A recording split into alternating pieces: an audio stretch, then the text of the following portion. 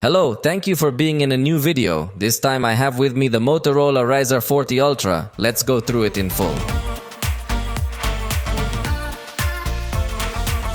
This is Motorola's most recent foldable device in the high end, because remember that below it there is a cheaper alternative that does not have the surname Ultra and is only called Motorola Razr 40. In Mexico, it has been presented at a price of 29,999 pesos. On the screen, you see the reference price in dollars, although remember that the prices here are not the same as those there. In its first weeks of sale, it had a significant discount, and now that a little more days have passed, they are giving you free Bose headphones included in your purchase. That is the only promotion. In the description, I leave you some purchase links. And now, let's describe it point by point to see what it can offer us against its competitors. Let's start by looking at its exterior design, which, as you will notice, the main protagonist is the huge screen, of which I will tell you more specifications in a moment. However, it is worth taking a look at the rest of the sides. For on the back, we have a vegan leather cover, and the color is in collaboration with Pantone. So it's the color of the year, Vivid Magenta, a color that Motorola has used on several devices, and this, which is their most premium device, is no exception. Both on the sides and on the hinge we will find aluminum with a reflective finish, and to protect this screen we have Gorilla Glass Victus. When unfolded, the screen goes unnoticed, and it seems that we simply have a cover with three different areas. The top part with a mirror-like reflection, the middle part with a metallic finish, and the bottom part with vegan leather. In addition to this vivid magenta color option, it is also available in Black Infinity. It weighs 189 grams and is 6.99 millimeters thick when unfolded. It does not have water resistance, but what it does have is a scent thanks to another collaboration that Motorola has. So right out of the box, it's going to have a scent like it's been sprayed with perfume. As you can notice, the hinge doesn't have any kind of gap, so it's very well designed. And with respect to the folding angles, you notice that fortunately it's a considerably good hinge.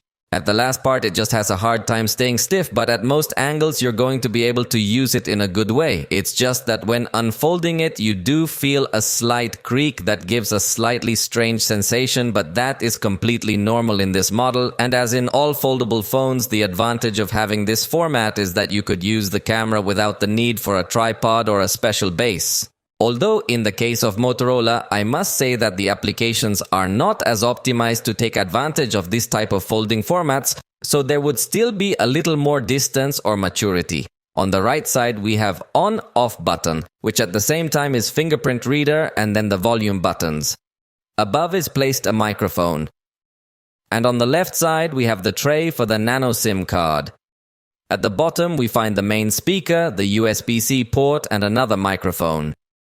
Definitely one of the biggest advantages of such a device is that you can carry it in a smaller bag, although it must be said that Motorola has no guaranteed figure regarding the number of folds and unfolds of this hinge. So you definitely have to treat it with a bit more delicacy compared against normal devices, especially on the inside where the flexible screen is placed. The crease is not that noticeable, although you might be able to distinguish it in some light angles, but it is very well concealed. The bezel size of this inner screen is very similar to what we find on other foldables, so I think it doesn't disappoint. The external display is 3.6 inches with a POLED panel like the ones Motorola usually uses in virtually all of its high-end devices. The resolution is 1066 by 1056 inches, so it is a screen with a practically square proportion and a pixel density of 416 pixels per inch, so it is very detailed. The resolution is high. But not only that, in fact it also gives us a high refresh rate going up to 144 Hz. So it's a really spectacular display, possibly the best external display in foldables at the moment. As you can notice, it is perforated to place the cameras there, so this space is slightly wasted somehow. However, it is clear that the quality of the screen is completely good. It has an excellent level of brightness as well, both maximum and minimum, very good viewing angles to have an excellent view from either side. Later, I will tell you about all the options we have available, but for now, let's focus solely and exclusively on the screen specifications. The internal screen is 6.9 inches, again with POLED technology, full HD plus resolution, which gives us a very good pixel density above 400. So we have a very good level of detail. And thanks to the technology I mentioned, we also have a very high contrast, as in the external screen, very intense colors, so there is nothing we can reproach the screen. In fact, I think in some respects it even goes beyond what you would expect. I tell you this because just like on the external display, we have a high refresh rate. In this case, it goes up to 165 Hz. Personally, I feel that it is exaggerated in both the internal display and the external display to have such high refresh rates, especially in a device that has such a small battery. So I think this screen will consume a lot of battery, although fortunately in the settings you can choose a standard refresh rate so that it does not consume so much power. However, on the external display, I can't seem to find any option to reduce that refresh rate. So it's funny that my only complaint is that they put too much refresh rate on it, because in all other features like brightness, display, colors and more, it's a completely good screen. In fact, the refresh rate is also good. The only complaint is that it's going to drain a lot of battery on a device that already has a small battery. Below you will hear an audio recorded with the microphones of this device. Estás escuchando una prueba para que tú puedas identificar la calidad de sonido que tienen estos micrófonos. Recuerda que tenemos sonido estéreo por la izquierda y por la derecha, entonces está bien. The microphones have good placement, but we don't have a third microphone focused on noise cancellation or directional audio, so we have basic stuff. In this price range, we would like to have more microphones. Fortunately, we do have two speakers. The main speaker is on the bottom and the secondary speaker is in the earpiece area for calls. Let's listen to a small test, although remember that it is not the same as listening to it live.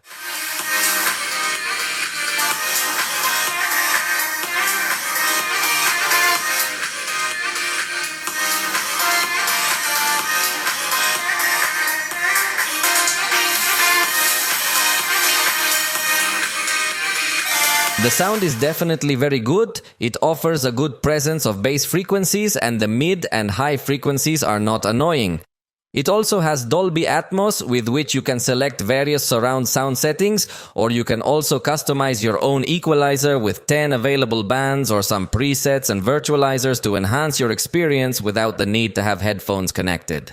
Speaking of which, remember that there is no headphone jack, but you can connect headphones via the USB-C port, and fortunately it also supports advanced wireless audio streaming codecs such as aptX Adaptive and LHDC version 3 and 4. So with compatible headphones that have this quality, you will be able to have high-resolution audio wirelessly.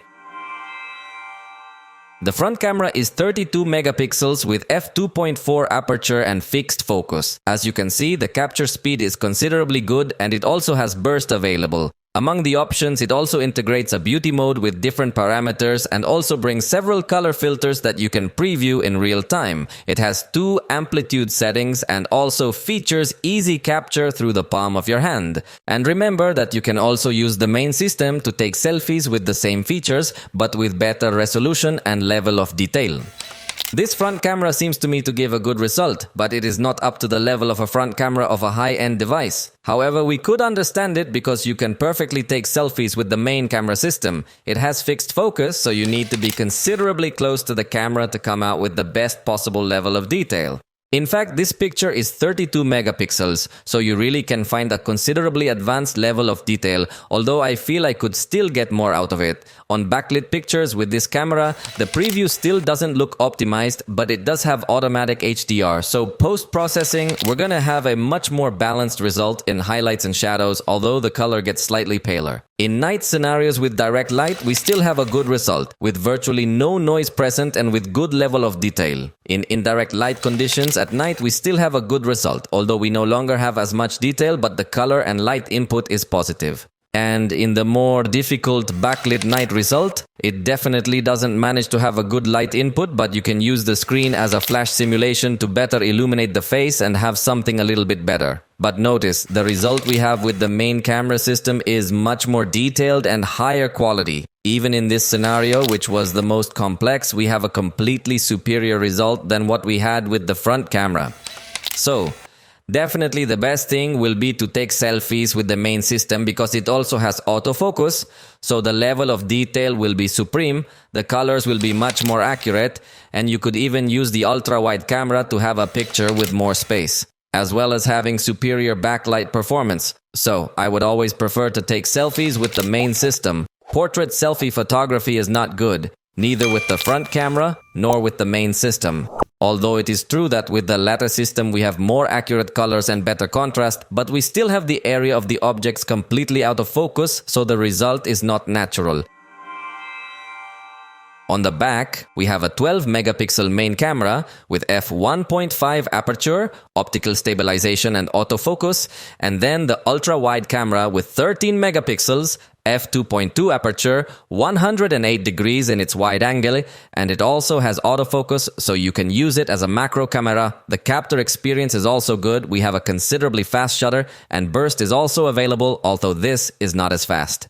The color filters that we had on the front camera are also available. If we tap on the screen, we can adjust the focus and exposure, but a pro mode is also available where we can control the focus, white balance, shutter speed, which can go up to 32 seconds, the ISO can go up to 3200, and finally we have the exposure compensation, and note that you can also take pictures in RAW for a more advanced post-development.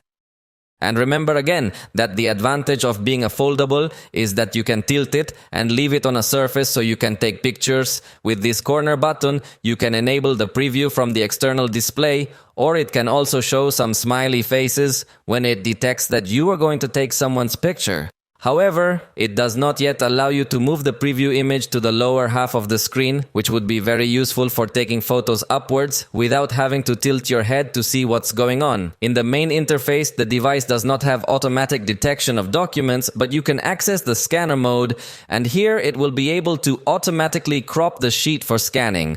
And fortunately, QR codes can be scanned automatically. The capture speed, as we have already mentioned, is not very fast, so capturing the exact moment with this device is not going to be an easy task. In fact, the burst also starts shooting too late. The level of detail will not be exaggeratedly high, because this device does not integrate a high-resolution sensor, which seems very strange in a high-end device, although it could be justified by saying that it is a folding device and that they cannot put such a large sensor. Anyway, the camera shows a bit of chromatic aberration when you are in some areas with too much lighting, so it doesn't look of a high-end level. In backlit pictures, the preview does not look optimized. However, thanks to having automatic HDR, we can have a good picture in terms of light and shadow conditions, balancing perfectly well these environments, and we have to consider that the shadow area was very dark. At night, the result will be very positive thanks to the automatic detection to activate the night vision mode, giving us a very good texture, intense colors, and we have no presence of noise in this type of conditions. And in night conditions with intense sources of illumination, in automatic mode we have an acceptable result. However, with the night vision mode, observe how it captures the textures in a better way, and even the most illuminated area, it manages to balance it in a better way. To put a little more difficult test, I turned off these lights, so it was a scene with much more darkness, and the result is still very positive thanks to the night mode, which Motorola calls night vision, although in the darkest areas already begins to appear much more noise. However, photography, believe me, is quite amazing. This is the result that would give us the ultra-wide camera, which anyway seems to me to be a good thing. But let's go back to the day to see how the ultra-wide camera behaves in these conditions. And here you have it, giving us a good width with plenty of space, although it is not free of chromatic aberration that is generated in the area of much illumination, but at least it does get to give us very good space. Remember that you could also take a panoramic picture using the main camera to capture a lot of horizontal space, although not necessarily a lot of vertical space. The zoom on this device, as with many foldables, isn't very amazing. It lets us go as far as 8x digital zoom, though fortunately it does seem to more or less optimize detail. Here we have another example, and it's maximum zoom, but now on an object that does not have letters, so you can see that more or less the algorithm manages to define the shapes well, but it is definitely one of its weakest points, especially if you compare it with non-folding devices that in the same price range should give you a completely superior zoom.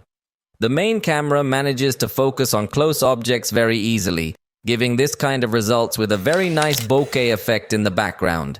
In fact, you could apply a bit of digital zoom to get an even more spectacular picture. And remember that the ultra-wide camera also has autofocus, so it would allow you to get even closer and use the macro mode to notice this kind of details on very small flowers.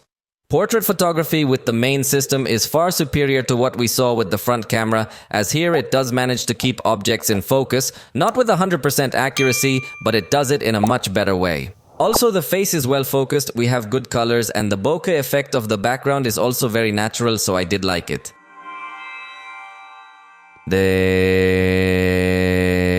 The video can go up to 4K both in the main camera and in the ultra-wide camera, although if you want to record at 60 frames per second, you can only do it with the main camera. So I think this is one of its weak points. When recording, we're going to be able to turn the flashlight on or off. We can also start the preview from the external screen, and we have a slider for zooming, although remember that it doesn't allow us to switch between the main and the ultra-wide. We also have here a little button to launch screenshots, and we can also pause and resume the content. What we cannot do is turn to the front camera without the need to previously stop our video. The only manual adjustment we have when recording video is the focus, and this would be the exposure, but it does not have a professional mode for video, but only for photography.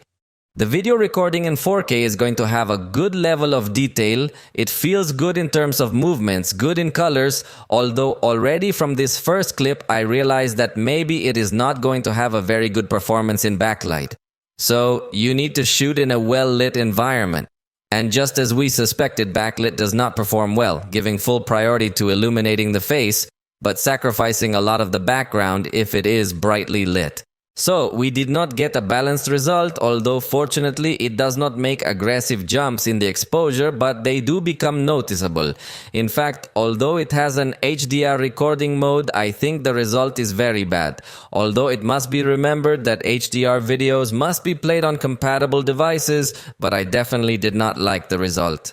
At night, the situation changes because it records considerably well, especially in terms of color and also in terms of noise control, because it does not feel a video full of grainy and it does feel that it has good color presence. Here you can get to notice a little bit stronger jumps in the exposure, but either way I think the video will be good, although with a lot of movement may struggle to define the level of detail well.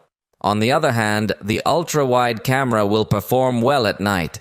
In fact, I like that it does not have so much noise. Just when there are stronger movements you can get to notice a little more noise, but immediately you can see how the software tries to reduce this noise generated by the darkness. So I think it is a good device to record in different light conditions except against light. The stabilization is definitely not one of its strong points, because even when walking you feel too much movement and the compensation movements are not sufficiently disguised to have something positive. But for running, definitely the basic stabilization will not be enough. For that you need to enable the super stable mode that will improve a lot when you are walking, but when you are running is not enough to have a very positive result, but at least if you feel the improvement.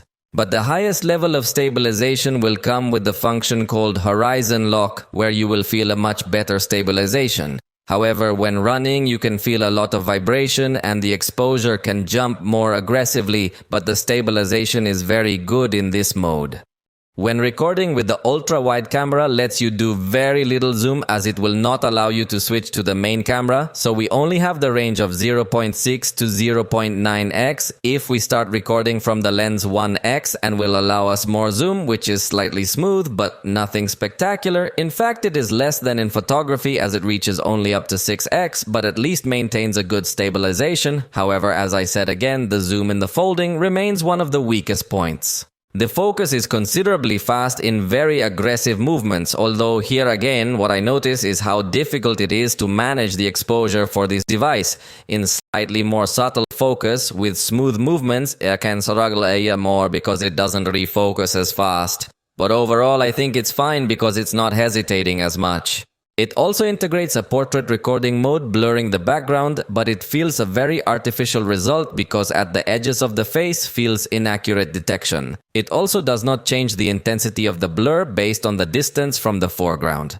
Fortunately, it does maintain good stabilization when recording in this mode. But what we will also notice is that it is not able to keep objects that are at the same distance from us in focus, giving an unnatural result. In slow motion, we have different settings. The most basic is 120 frames per second. Then we have 240 frames per second, which is the quality I recorded at.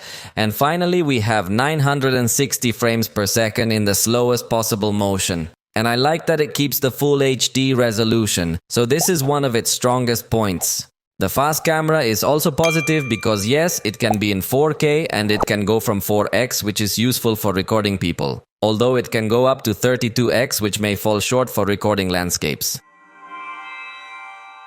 The front camera also allows us to record video in 4K, which is very positive. However, to have a good stabilization, it does a very intense cropping. So you have to stretch your arm too far if you want to get a good framing. Fortunately, the colors are fine, although in backlighting it doesn't perform as spectacularly. However, I have to tell you that the environment I shot in was quite tricky because there wasn't so much light in the environment anymore, but there was a lot of light in the clouds. The advantage is that you can record with the main system and you are going to have better focus and better detail. Although we still have the disadvantage of having to stretch the arm too much to get a good framing while maintaining a good stabilization. In backlight, we have exactly the same performance as we had with the front camera, so it is not so remarkable recording with this external system. What I like the most will be recording with the ultra-wide camera because you don't need to stretch your arm as much anymore. However, there are many jumps in the exposure when walking, giving a little uncomfortable result. And also, the colors are not as intense as the ones we saw with the main camera. So, although I like the experience of recording with the ultra-wide camera, in general, I would not recommend much to record with this device to create your content because the results are not so spectacular. At night, with the front camera, you will notice much more noise presence. Therefore, it is also not so recommended to record with this device. The best thing to do is to record with the rear camera to avoid the presence of so much noise. But even so, I think the device is not characterized by having a very advanced video recording at night for selfies. Because if we go to a much darker environment, it will suffer much more. Although we must consider that you can turn on the screen to illuminate your face a little bit, but it does not seem to me a remarkable result. One thing I do like is that you can have fast camera in 4K with the front camera that can go from 4x to 32x, just like the main camera. And we also have a dual recording mode in Full HD. We have picture-in-picture mode with rounded corners, and you can switch between cameras easily and position the image in the area that you want. If you have the main camera selected, it's also going to allow you to zoom in and it has focus enabled. So the experience really is very good in this mode. Consider that we also have the split screen mode available as well. Again, with autofocus, zoom available, and also the ability to reposition or swap views, and all this in Full HD. Something curious is that also the front camera allows us to record in a portrait video recording mode that if you are not moving much can be attractive, as it can even keep your hand in focus to give a natural result. However, it is not able to keep objects in focus and loses stabilization when walking. So it is not the most advanced in the indoor, but it is of good quality. This cell phone comes with Android 13 in its veins, so it does come with the latest software, both Android and Motorola, as it also has the latest features that this manufacturer has decided to integrate into its system, which we will talk a little later. Especially very focused on security. First, let me tell you what you can do with the external display, as we will find different options. For starters, we have a customizer for your watch face, so you can select different watch styles even with different animations, as you'll notice. We can also customize the color, and there is a wide enough variety of covers, but I wish it had some store to download even more or create your own covers, but in this case it is not possible. Fortunately, I think it has enough so that among all of them you can find the one you like the most in style. On the external screen, you can also select some wallpaper. It even has some that take advantage of the camera cutout to make it look quite attractive. You can also choose the external panels to choose which ones you want to appear and also their order completely. In addition to this, it allows us to configure the font size for the external screen in case you want a slightly larger text. You can also select the behavior of the applications on this external screen, and you can enable or disable the preview for the camera on this external screen. And finally, you can select the behavior to know if the call will hang up automatically when you close the device or not. This external screen will also have an unlocking system. It can be with your fingerprint or it can be with a pattern, as it allows you to open virtually any application. On the main screen, we have direct access to the different panels that we have available along the entire screen. However, the panels do not seem to me the most attractive. In fact, I think they are very simple. But this device does have the advantage of allowing you to open applications. Basically, the application you want, from the calculator to a specific game or messaging applications, YouTube, absolutely whatever you want. Also, remember that it does have a full-size direct keyboard that you could very well type on or swipe as well. So it has a lot of capabilities, so you can use multiple apps without having to open the phone. Also, we are going to have multitasking so that you have multiple apps running. This is something that no manufacturer allows us to do. Only Motorola. It allows you to open practically the same thing that you open on the internal screen, except for the settings. But it is surprising that you can even open a game from here. Although playing from the external screen is not so comfortable to say, but it just shows the capabilities that this device has. In the apps panel, you can choose the edit option to add the app of your choice to this external screen. So there is no doubt that this is its strongest point. Motorola also offers a small sidebar with shortcuts to applications that can run in a floating window mode, including YouTube, although it is only possible to open one application at a time in this format. These small windows can also be resized. And another way to switch the application to a floating mode is to click the icon and then the free format option. The application can also be minimized into a small bubble, which you can then restore.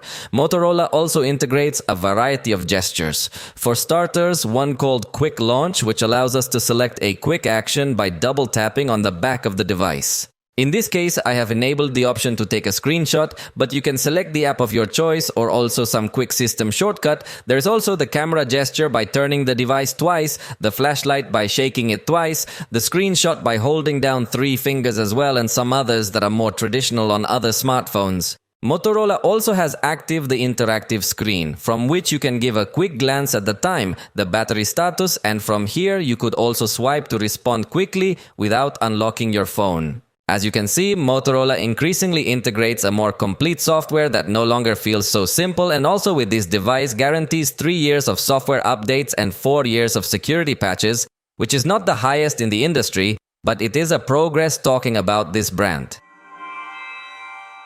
This device integrates a side fingerprint reader that works very fast since it is a capacitive reader. It allows you to register up to 5 different fingerprints, so you have a good variety. In addition to this, it has facial unlocking, but remember that it is only for 2 dimensions. So Motorola itself warns you that other people similar to you could unlock it, so it's not as secure. For a convenient experience, you can enable Smart Lock, which allows you to have transportation detection and trusted locations to keep the device unlocked. For some curious reason, Google has updated this Smart Lock service, and now on no device the Trusted Devices option appears when it was available before. And this time Motorola adds an app called Moto Secure, where we have more options available. For starters, we have a secure folder that will allow us to store all kinds of content there, protected. You can set a different pattern than your lock screen, and here you can have files or applications all protected with your own fingerprint. If you use a pin instead of a pattern, it also brings the option to unscramble the numbers to prevent anyone from seeing how you unlock your phone. And it also integrates the family space, which would be like a space for children. So you can create a space, assign it a name, and give it permission to use only the applications you want. You can slightly customize that screen, and you can also set a timer so that when you lend your cell phone to a little one, you can determine how long you want that session to last, and the child will have a timer on the screen and will only be able to access what you have authorized. If you want to leave this space, he will have to verify through the fingerprint, so it's a feature that I think is very useful. This device includes Google's password manager, and if you happen to lose your device, you also rely on Google's own implementation. At the moment, Motorola has not made great efforts to have its own implementations to find lost devices, but what it does integrate is ThinkShield, which are several layers of security to prevent any attack on your cell phone. This is a platform that Lenovo has developed for several generations in its computers and business devices, but lately it has also put it in Motorola cell phones. The battery is 3,800 milliamps, so it doesn't look like a very large capacity. However, I think it did give me good performance. In my extreme drain test, it performed quite well. taking about 2 hours and 16 minutes or so to discharge it 50%, running the drainer in the background and YouTube in the foreground, which is about the same amount of time that devices with 5000 milliamp batteries perform. So it seems to me that Motorola has achieved a very good optimization on this device. So the battery shouldn't make you suffer. It will not be a device with an extremely large battery, and that is well used, but it is appreciated that despite not having such a large battery, it does have a good autonomy, at least very close to the average of most traditional smartphones. It supports 30 watts charge. With 15 minutes, it gave me 33% of energy. With half an hour, 56%, and finished at 100% just over an hour later. Also, note that it does have optimized charging, so it can learn your routine so that if you leave it charging all night, the battery won't get damaged. It also has overcharge protection, but this is only going to be enabled if you leave it plugged in for 3 days. I would like to find a manual battery charging lock, especially for people who need to always have the device plugged in, but that option is not available here. By integrating a next-generation processor, this device also integrates the latest connectivity features, such as support for Wi-Fi 6E networks, as well as support for 5G networks. Although it does not have an app manager to select which apps can access your mobile data plan, we are also going to find NFC on the back of the device, so you can make mobile payments if you set up your Google Pay or Google Wallet account. Remember that this device also integrates the Ready for feature, so it can not only project to Comcast but also to other displays, not only wirelessly but also via cable. And with this option, you can view applications in a windowed mode as if it were a computer with a similar interface, or you can also have a view focused on video applications, messaging applications, or games. Remember that this Ready for function, Motorola only integrates it in its high-end devices, and the curious thing is that you can also do these actions on a computer with Windows if you install the necessary application. We will also see that it integrates Android Auto, so you can connect it to the screen of your vehicle, so in connectivity practically nothing is missing. And in terms of sensors, what we could consider controversial is that it has a virtual proximity sensor, which is only enabled when you bring it close to your ear, but can be a bit problematic in some other applications. The rest of the sensors are without any negative details.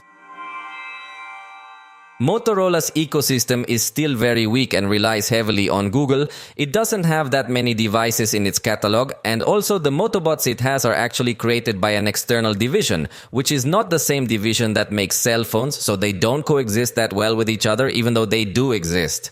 We do not have any watch for sale at this time in Mexico by Motorola, so I insist that it does not have an experience that coexists very well among multiple devices of the same brand. However, being Android, it has an open ecosystem, so it coexists perfectly well with devices from other brands through Nearby Share to send you files, or also through the Google Fast Pair protocol. It can easily connect to headphones that integrate this protocol. So, it doesn't feel like such a closed experience, but it doesn't feel like a very complete and rounded experience from Motorola either. Also, with respect to cloud storage, it also relies 100% on what Google offers for free. And control of home devices will also have to be through Google Home, so it feels like Motorola hasn't made that much effort in moving forward in this sense of the ecosystem. Now, let's test how fast it opens apps. I'll tell you that it has the Snapdragon 8 Plus Gen 1 processor, a fairly fluid and very powerful processor, although it can get a little hotter than we would like, especially in devices that we have tested previously, and in this one when playing games as well. But we'll talk about gaming a little bit later. For now, let me continue opening various applications, because in this case we will test 16 applications for being a high-end device, reminding you also that it has 12 GB of RAM and 512 GB of storage. So we are talking about a device with very high specifications, which as you will notice comes well optimized also for fast opening of various applications. It took about 2.3 seconds on average to open each application. This is something very positive. Then you will have a very fast experience, and also having a super clean system without many additions, also multitasking performance will be very advanced, so that we will not have applications that are constantly restarting, and you can switch between them very smoothly without any problems or delays. Notice also that being inside the applications, it's going to work very quickly and very smoothly, loading the new content that's around and not getting stuck at any time. So the movement doesn't feel clunky, nor does it feel like it's poorly optimized. Without a doubt, the experience you're going to have on this device is going to be very, very good. Now we're going to export a series of videos together, recorded in 4K with this device. We are going to export it also in 4K to see how long it takes to finish all this processing. We conclude, without a doubt, that it will be one of the most powerful devices on the market, even if it does not have the latest processor. That's it. It took less than 30 seconds, so you could perfectly edit a high-resolution video on this device.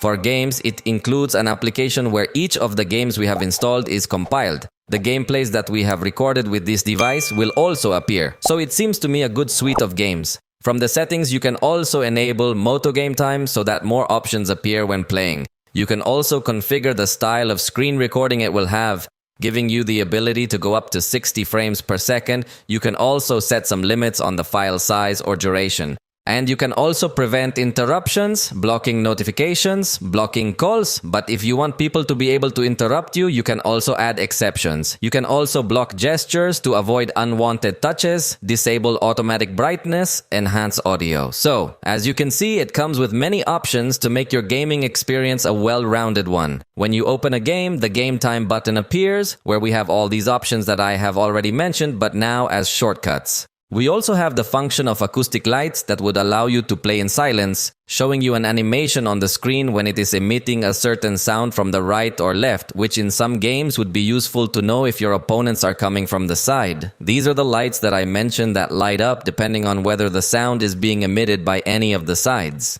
And we also have a button to open applications in floating mode, so you don't have to leave the game to answer a message or see a notification. In Call of Duty, by default, this device gives us the very high graphics quality, at a very high frame rate per second as well. However, we have available the maximum rate and the ultra rate, although the latter has to select the lowest graphic quality. So for the test, we select the very high quality at maximum rate. And remember that having a Snapdragon processor, we have great support for visual effects. The results of this first test are appearing on your screen, and without a doubt it showed us that the device has an excellent performance. In fact, this temperature of 42 degrees Celsius is one of the weak points, but the performance itself, you will notice, is very good. The temperature also has to be considered that it was after a 5-minute game, so it's an average game, and even so it came to be a little bit of a high temperature. This is because it doesn't have that much space for cooling. So it's not a device that I can recommend you to play with very high graphics, even though it does have the capability to run them. However, the heating can work against you. With the ultra rate, again you are seeing the results on screen, and again we can confirm that the performance is very high. However, also the heating is very high, so the device has great gaming performance capabilities. But if you are one of those who become very uncomfortable because of high temperatures or where you are going to play is very hot, definitely the experience will not be positive. Because the ideal will be to lower the graphic quality so that you can have a more pleasant gameplay. In the Legends game, it is automatically at the quality of 30 FPS. However, for the test, we turned the graphics quality up to Ultra, which is the highest possible, and also at 60 FPS.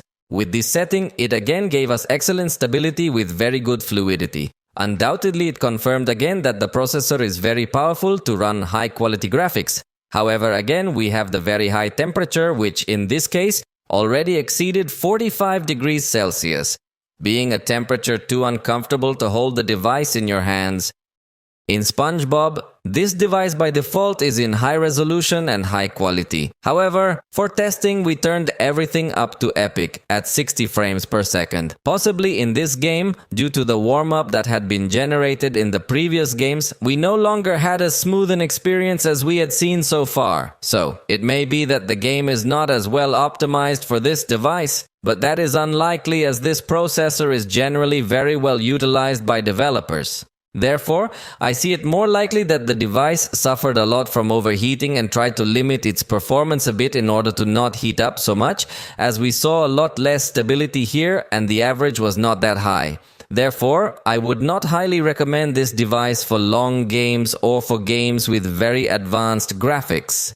In Genshin Impact, by default, the graphics are selected at medium quality, but for the test we turned them up to the highest and also at 60 frames per second. And the motion blur, we set it to high nothing else, we didn't turn it up to the extreme. Interestingly, it ran into 30 frames per second, so it didn't take the device to the extreme test that we wanted. And with this limit that it set itself, it had good stability. So it's funny how the processor is managed. I guess to not get so hot and to give good performance, it was limited in this way, but we would have liked to see beyond 30 frames per second what it averaged out to. It was just curious, but it looks like this setting worked for it because it didn't get as hot as it had in previous games. So it may be that this management is on the part of the software. For the moment, this has been all regarding this device. I hope you liked this video review. If you liked it, you know you can point it out. See you next time.